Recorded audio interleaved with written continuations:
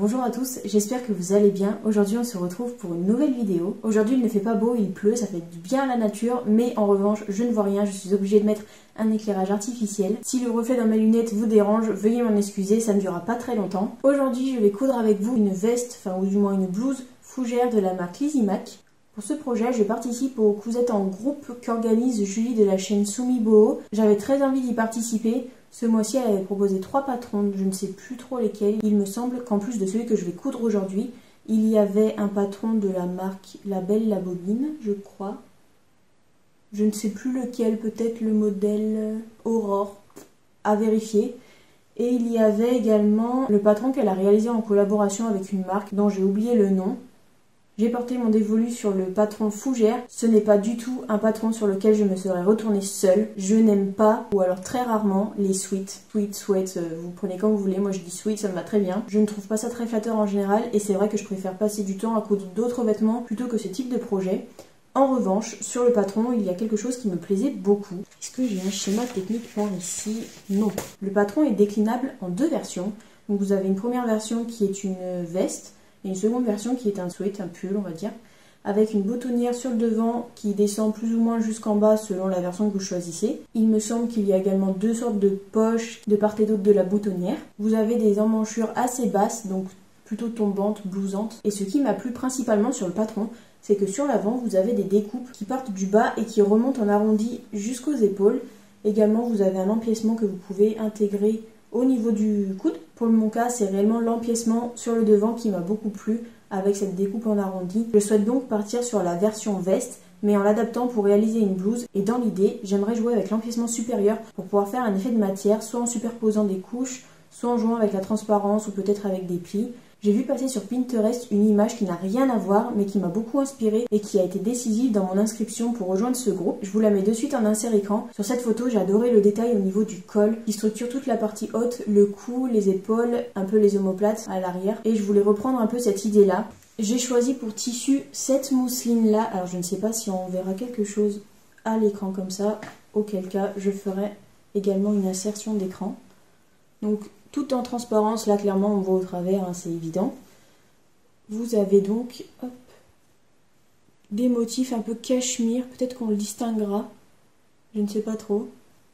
Avec un fil lurex dans toute la longueur, je ne sais pas trop si c'est visuellement parlant. Je compte doubler ce projet avec ce crêpe de viscose polyester que j'ai trouvé chez les Coupons de Saint-Pierre. La mousseline vient également des Coupons de Saint-Pierre, je vous mettrai les liens en barre d'informations. Je me les suis procurées il y a très peu de temps, il est possible qu'elles soient encore disponibles. La mousseline était soldée, je ne sais plus, je crois qu'elle était à 9 € ou 10 € les 3 mètres. Et le crêpe de viscose polyester, quant à lui, était à 20 € le coupon de 3 mètres. Je suis encore indécise sur ma version, j'ai un doute quant aux modifications que je souhaite apporter. Et ces modifications auront un impact sur ma réalisation finale. J'hésite encore à créer un effet de matière grâce à des plis sur la partie supérieure, ou alors agrandir mes pièces inférieures pour pouvoir les froncer par la suite et créer un effet blousant. En réalité, j'hésite encore sur mon choix final.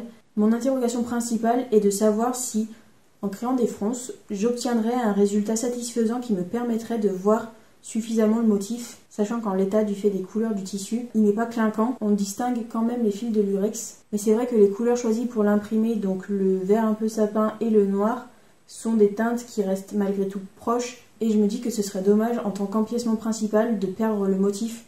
C'était dans l'optique de cette version-là que je voulais réutiliser l'inspiration trouvée sur Pinterest, à savoir toute cette partie travaillée sur le haut. Je voulais créer le même jeu de lignes sur la partie supérieure en utilisant un ruban de satin assez fin, et donc en créant les lignes, en cousant les lignes, toutes les unes à côté des autres, et jouer avec la transparence du tissu, et pour le bas, le doubler avec les fronces. Mais maintenant que je le dis, je me demande si je vais pas laisser le patron tel qu'il est en l'état, et simplement jouer avec la transparence, et garder ces lignes.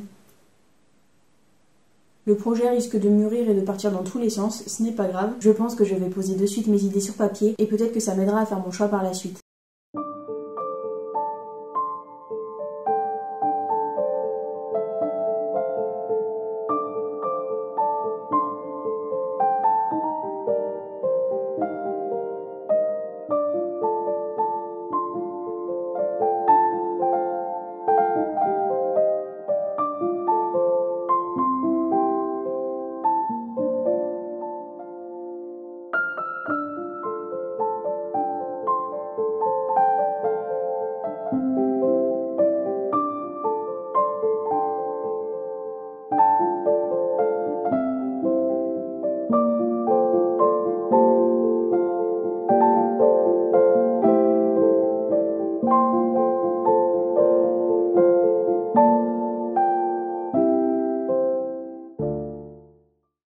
voici donc l'idée générale du projet que j'ai en tête avec ce patron. Alors ça m'amène quand même à réaliser quelques modifications au niveau du patron, notamment au niveau de la manchure où il faudrait que je vienne redessiner la ligne d'emmanchure de la manche et aussi des pièces hautes et bas du buste, même du dos d'ailleurs. Je ne sais pas si j'arriverai à faire ça. Dans l'idée, ce serait de faire les manches uniquement dans ce tissu-là, donc jouer avec la transparence et laisser la transparence telle qu'elle. Pour la partie devant, donc ces parties-là, ce serait d'utiliser ce tissu avec celui-ci par-dessous, donc en doublure, comme ça. Et là, à ce niveau-là, on verrait peut-être davantage le motif. Et pour le haut, je pense utiliser uniquement celui-ci, et donc créer des lignes par-dessus noires. Donc à voir, si j'arrive vraiment à modifier ces lignes, ça peut être sympa, parce que c'est vrai qu'avec la manchure un peu trop éloignée du corps, ça me plaît beaucoup moins. Sujet en cours de réflexion, mais vraiment je pense partir sur cette idée-là, ce qui se rapproche beaucoup de mon idée initiale. Simplement, j'exclus mes modifications prévues au niveau de ma pièce que je voulais élargir pour pouvoir ensuite la froncer. Ça sera plus simple d'ailleurs à ce niveau-là. Je me rends compte que je n'ai pas terminé de décalquer mes pièces, je vais le faire de suite. Peut-être que je vais faire une pseudo-toile, au moins pour pouvoir caler l'emmanchure comme j'aimerais qu'elle soit. Après, au niveau d'autres modifications, je n'en ai pas trop. Je pars sur une taille 36, je crois. Selon mes mensurations, c'est ce qui semble être le plus adapté. Pour garder l'esprit d'une blouse un peu veste, ample, je pense que ça fera très bien l'affaire si je l'ajuste pas trop au niveau de la taille et que je reste bien sur la taille 36. Je m'y remets dessus, je continue à décalquer mes pièces pour pouvoir commencer réellement le projet. Je suis en train de découper mes pièces de patron que je viens de décalquer et je me rends compte que sur l'empiècement des manches, les lignes de repère, donc l'écran que vous avez sur le devant et l'arrière pour marquer le dos et le devant, ne sont pas positionnés sur la pièce de patron. Je sais pas si on verra. Là, j'ai commencé à le couper. Donc là, vous avez à cet endroit-là ma pièce et j'ai le cran qui est ici.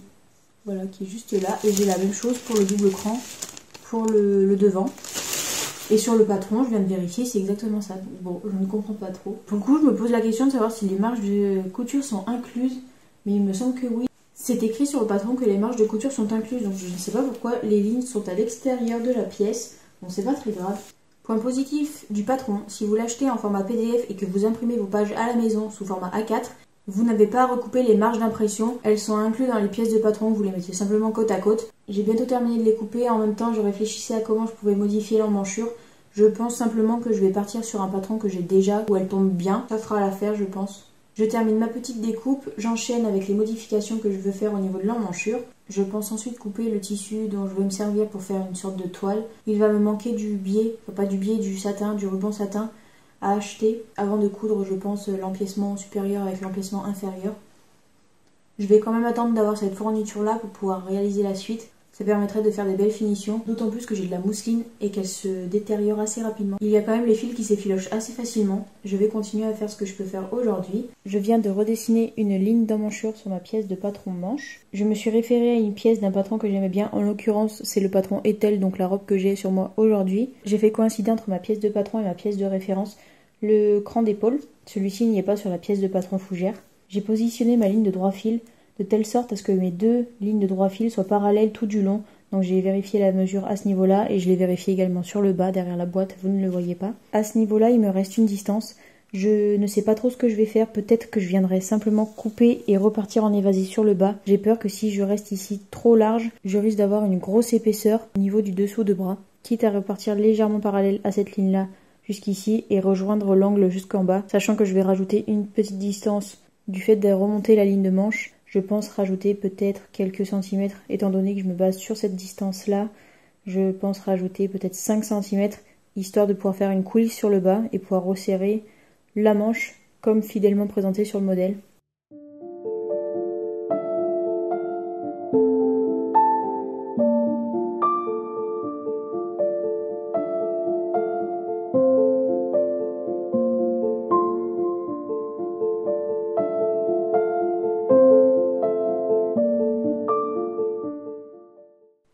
Au niveau de l'emmanchure sur le buste, donc là, pardon, c'est la partie dos, mais je vais procéder de la même manière sur le buste devant. Je suis venue retracer une ligne d'emmanchure qui correspondait à la manche que j'ai tracée dernièrement, donc qui est celle-ci, qu'on voit juste là. Ce que j'ai fait, j'ai pris toujours ma pièce du même patron. Je suis venue positionner ma pièce comme ceci. Au préalable, j'ai tracé une ligne parallèle à mon droit fil. J'ai positionné ma pièce plus ou moins avec cette allure là, de telle sorte à ce que ma pièce en haut soit sur la même ligne et environ de telle sorte à ce que ce point là puisse être plus ou moins dans cette zone. Vraiment, il n'y a pas de calcul savant, je ne sais pas faire autrement. D'ailleurs, je ne sais pas le faire tout court. J'ai reporté ma ligne sur ma pièce initiale pour pouvoir ensuite poser mon droit fil plus facilement sur cette ligne de repère. Ensuite, je suis revenue remonter ma pièce jusqu'à croiser cette ligne-là que j'avais également tracée en passant par ce point-là, donc cette ligne-là, une fois à plat. Je suis venue poser ma pièce et je suis venue retracer ma pièce tout du long. Et par la suite, j'ai rallongé cette partie-là, puisque là, vous voyez, c'est une partie creuse, c'est une partie que j'ai rajoutée par-dessous.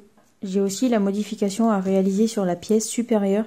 Donc pour cela, je suis venue épingler tout du long, donc un peu à l'arrache, ma pièce supérieure sur ma pièce inférieure. Là, ça a vraiment cafouillé, mais on s'en fiche, normalement c'est censé ne plus se voir. On va dire que c'est à peu près à plat et je vais venir retracer ma ligne ici jusqu'en haut pour pouvoir à peu près avoir l'allure de la pièce qui se suit. Je ne sais pas du tout si ça fonctionnera, mais bon. Je vais essayer de faire une toile en partant de cette base-là pour voir si ça fonctionne par la suite.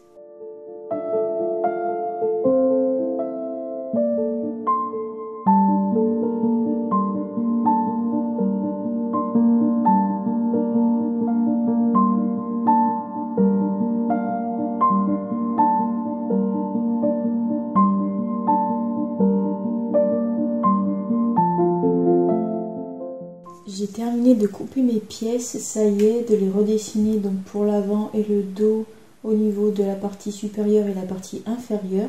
Je vais quand même rester sur l'idée de faire une toile. J'ai dans mon stock ce tissu que je n'aime pas du tout, qui je pense pourrait faire l'affaire au niveau de la texture.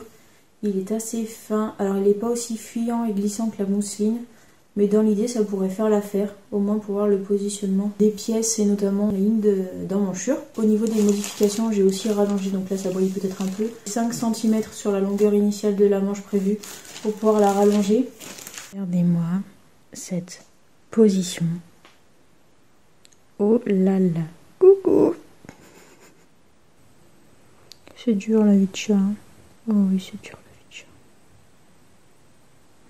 Ça ne ressemble absolument à rien, mais je viens de terminer ma pseudo-toile pour réaliser ce modèle. Donc je suis contente au niveau de l'emmanchure, ça tombe vraiment plutôt bien. J'ai cassé cet effet où ça tombait au niveau de l'épaule, vraiment comme ça, ce que j'aime pas trop en général. Ça remonte bien au niveau de l'épaule. Au niveau des modifications qu'il faudrait que je fasse, le dos est plus court que le devant. Je sais pas si on voit à ce niveau-là.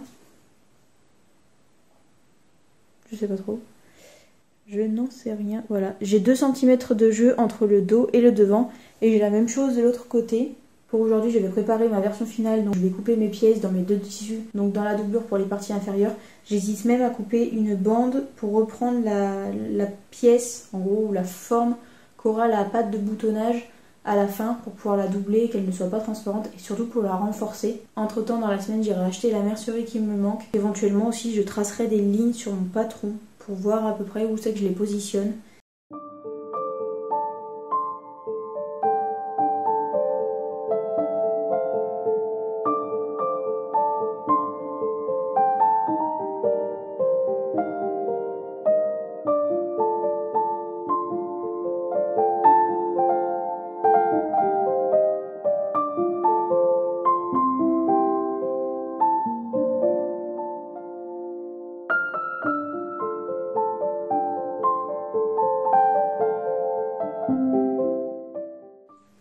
Qu'est-ce que tu vois? Qu'est-ce que tu as vu? Attention, je te vois.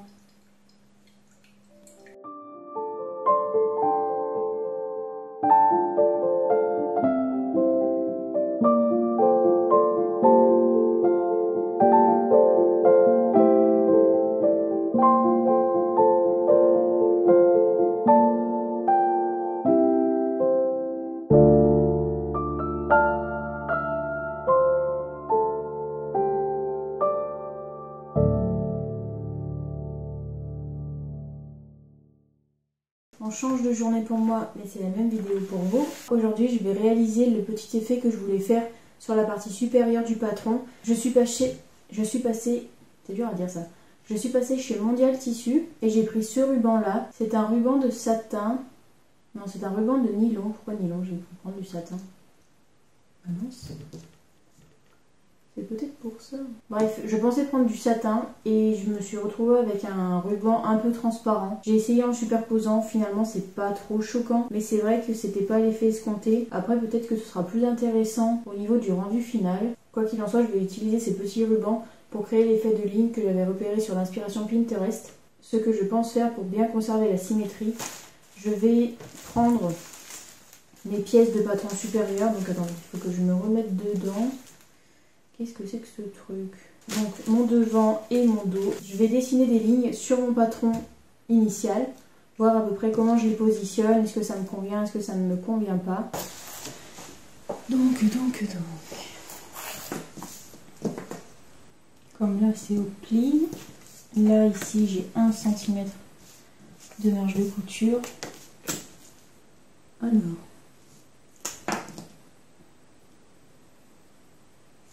Dans l'idée, ce serait qu'il y en ait une ici, sur la ligne de couture d'épaule, une seconde au milieu, et qu'ensuite je bouge au fur et à mesure.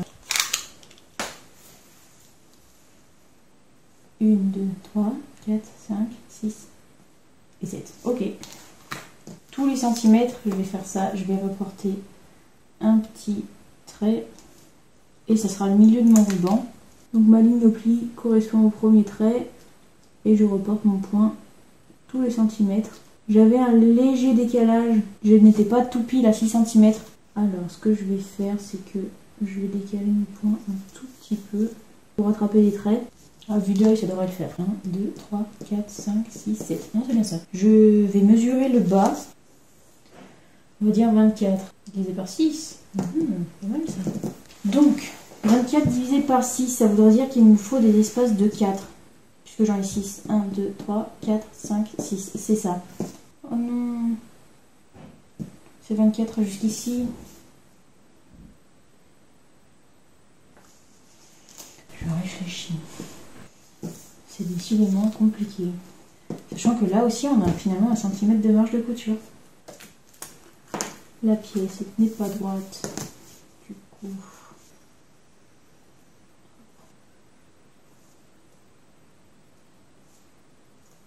on s'arrête là.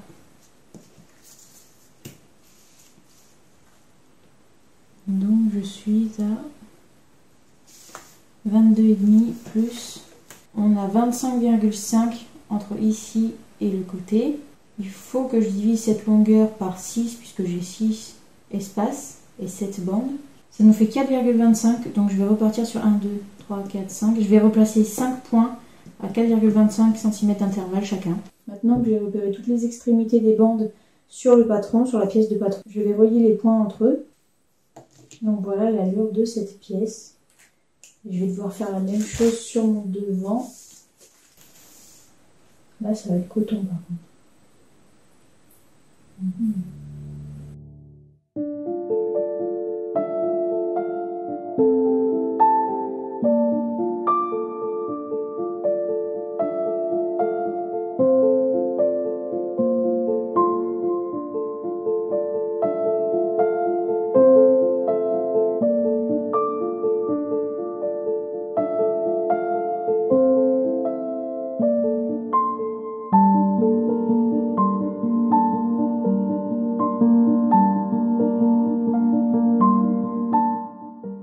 Entre chaque point, j'avais 4,25. Ici, j'ai 28 cm. Si je le divise par 7, on revient sur 4. Je pense que ça pourrait faire l'affaire entre 4 et 4,25 au niveau de l'œil. Ça ne devrait pas être trop perturbant. Et je reviens sur des lignes à peu près similaires, sur un compte à peu près similaire. Si je repars avec 1 cm sur le haut, ça me fait 11 points sur le bas et ça fait assez lourd. Il y aura trop d'informations. Si sur le haut, mes espaces sont un peu plus écartés, je pense que ça sera moins perturbant car la mesure reste quand même plus courte que sur le bas.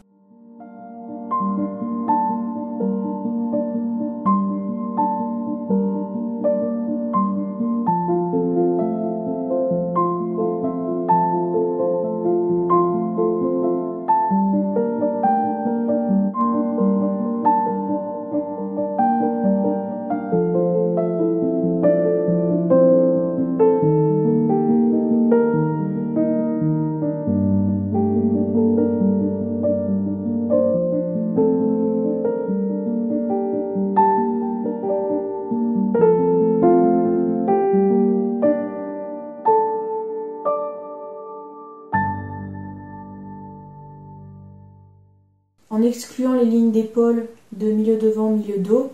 Sur la pièce dos, je pars sur 5 lignes à créer. Sur la pièce devant, 1, 2, 3, 4, 5, 6. Je pars sur 6 lignes. Ça a été assez laborieux à la tracer, celle du devant. Je m'y suis repris à plusieurs fois, ça ressemble à rien du tout, c'est un torchon mon truc. Ça me fait pas mal de lignes qu'il va falloir que je couds sur ma mousseline. Je pense que je vais m'amuser. Peu importe, j'ai commencé, je vais aller jusqu'au bout. J'espère que ça rendra bien, parce que si ça rend vraiment pas bien, je serai un peu déçue, mais bon, c'est pas grave. Au moins j'aurais tenté. Je verrai ce que ça vaut par la suite. Si vraiment c'est immonde, il me reste du tissu et je recouperai les pièces à ce moment-là, mais je pense que ça devrait faire l'affaire.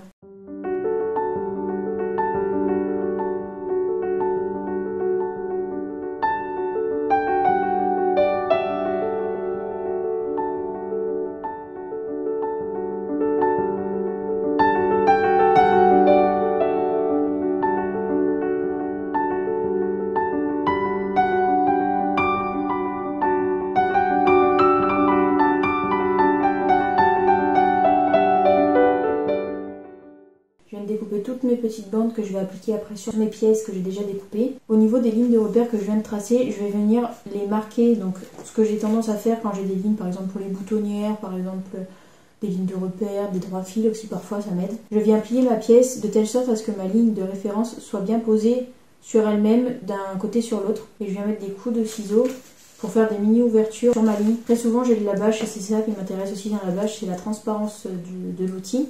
Je vous le montre d'un peu plus près, donc je prends ma ligne de référence, donc là en l'occurrence c'est une ligne que je viens de tracer pour poser mes petites bandes. Je la superpose dessous, dessus. Une fois que ma superposition me convient, je prends le ciseau et je viens couper au niveau de ma pliure, juste dans l'angle. Et ça évite de devoir couper, qui des fois c'est pas droit. Si vous le coupez comme ça risque de vous faire des marques en pinçant le tissu, en pinçant le patron, pardon. Ça fait des petits angles un peu comme des becs. Là au moins vous êtes sûr d'avoir une ouverture bien droite et qui suit bien votre ligne. Je vais faire ça tout du long et je vais faire ça sur la pièce devant. Et voilà le résultat une fois les lignes plus ou moins définies grâce aux petites découpes que j'ai fait dans le patron initialement, donc le patron qui est juste là. Je les ai réalisées cette fois-ci avec une craie, donc une craie tailleur. J'ai essayé avec un feutre qui s'efface mais ça fonctionnait pas sur mon tissu. C'est plutôt pas mal. J'avais réépinglé au préalable mon patron sur ma pièce pour pouvoir être sûr que ça ne bouge pas. Surtout qu'en plus j'ai de la mousseline donc c'est encore plus glissant qu'un tissu qui se tiendrait mieux. Je vais continuer à faire ça sur ma deuxième moitié et sur mes deux pièces du devant. Ensuite je viendrai épingler mes petits rubans. J'ai essayé de les repasser juste avant, c'est bon, ça fonctionne, ça ne fond pas. J'avais eu un gros doute, je me suis dit du nylon, est-ce que ça va fondre? Et non, c'est parfait, donc tant mieux. Là, je vais venir ensuite poser mes petites pièces, sachant que je ne sais plus qui est quoi. Ça, je crois que c'était une chute. Bon, voilà, c'est super, j'ai tout perdu. Peu importe, je vais regarder par rapport à ce que je vais découper et qu'est-ce qui correspondrait plus ou moins aux longueurs.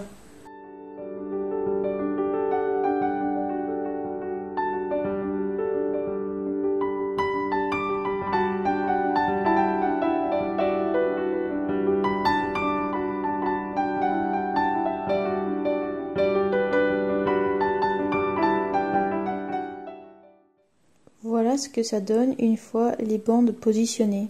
Écoutez, c'est pas mal, hein. Enfin moi en tout cas ça me plaît bien. Il y en aura une ici mais ce sera sur la ligne d'épaule.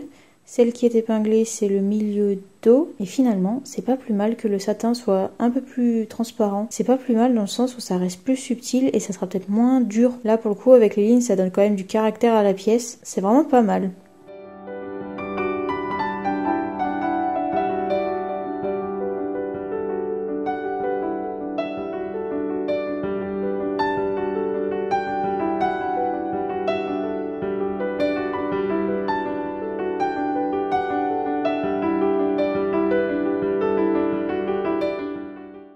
Ça m'a pris un temps de fou. On est le lendemain, j'ai fait une cinquantaine, je crois d'ailleurs que j'ai fait 50 surpiqûres pour les différentes bandes. J'ai réalisé des surpiqûres nervures tout du long.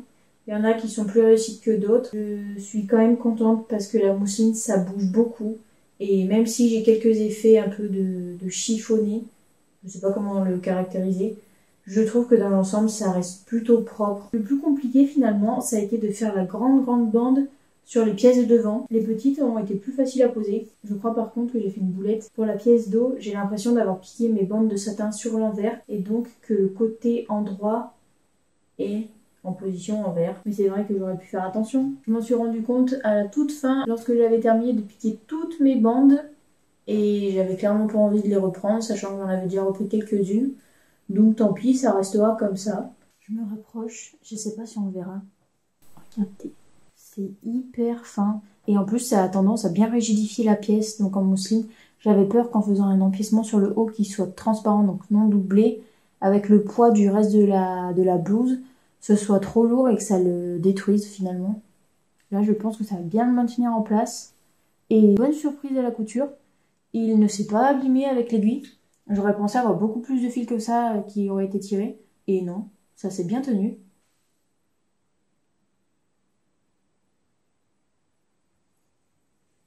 Sur l'envers, voilà ce que ça donne. Même sur l'envers, c'est beau, mais comme je vous disais, je pense que c'est parce que j'ai inversé mon endroit envers.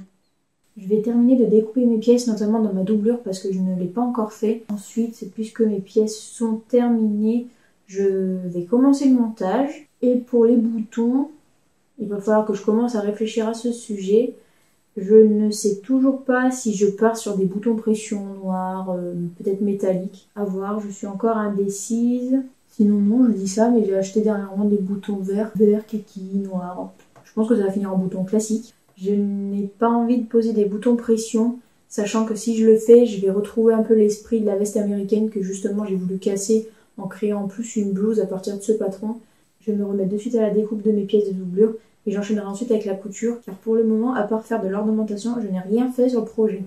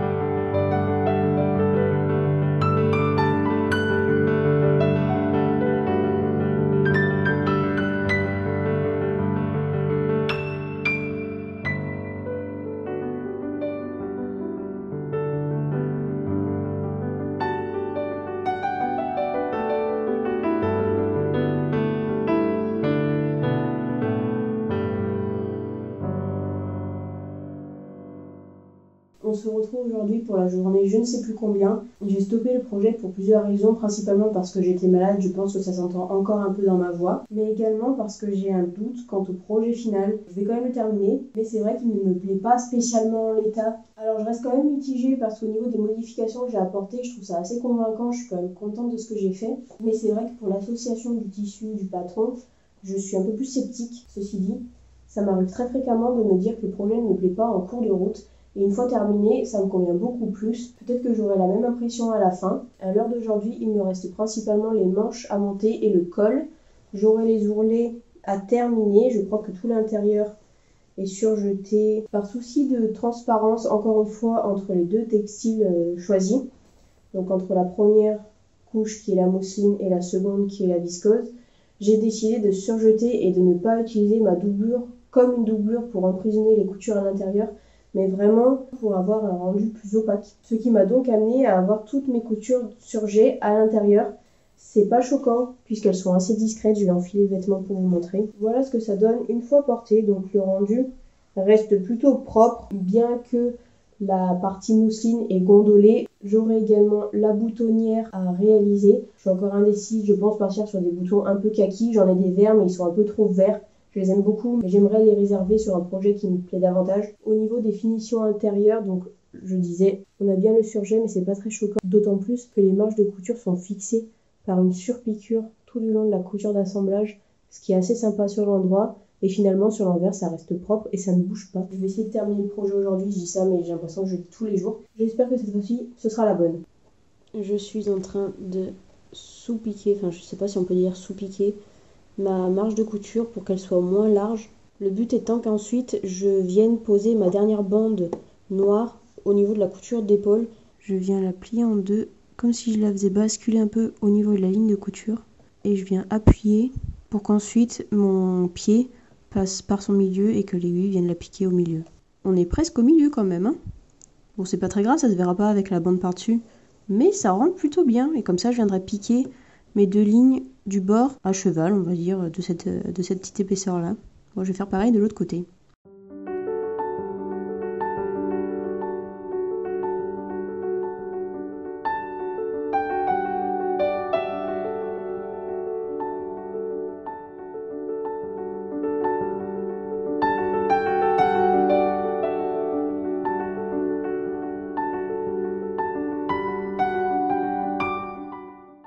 Je viens de terminer d'assembler les manches et en fait j'aime bien le résultat. Bon, on voit toujours rien avec cette robe en dessous, mais je trouve que ça rend bien. Ça m'a remotivée pour finir ce projet. Et moi qui pensais que je ne le porterais pas, mais je pense que je vais le porter. Je ne sais toujours pas avec quoi. Je vais vous montrer comme ça sera peut-être plus facile à voir.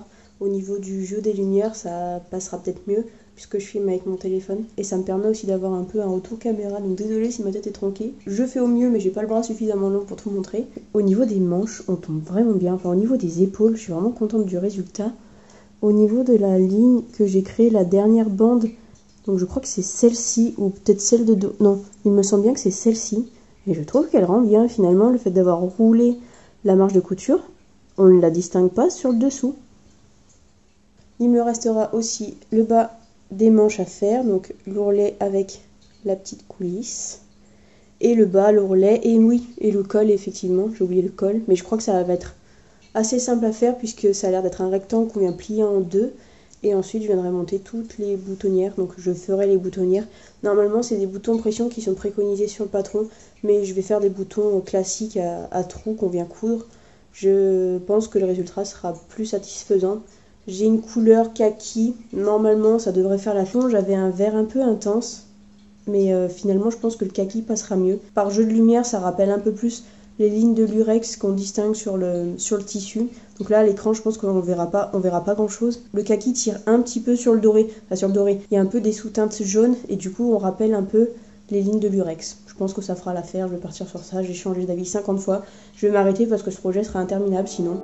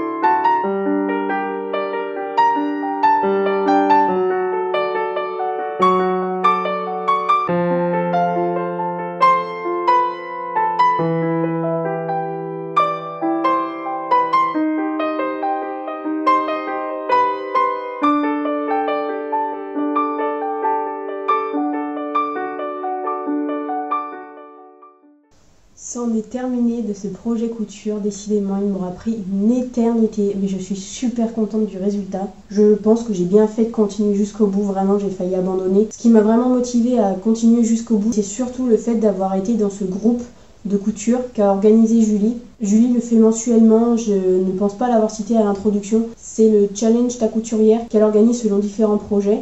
J'en suis extrêmement contente. Je trouve que ça me vieillit un petit peu, mais c'est pas plus mal parce que je suis jeune et au contraire ça me donnera un peu plus de sérieux dans certaines situations. Je suis vraiment très contente du résultat créé sur le devant, pas sur le devant et sur le dos d'ailleurs, sur les empiècements supérieurs. Et le contraste avec le col qui rappelle les empiècements principaux qui sont sur le devant et dans le dos se marie très bien. J'avais peur que ça crée un décalage avec les manches transparentes et non, pas du tout. Autre petit détail que vous voyez peut-être, ce sont les boutons. Alors là le pantalon n'est pas approprié spécialement, mais je n'ai que ça sous le coude.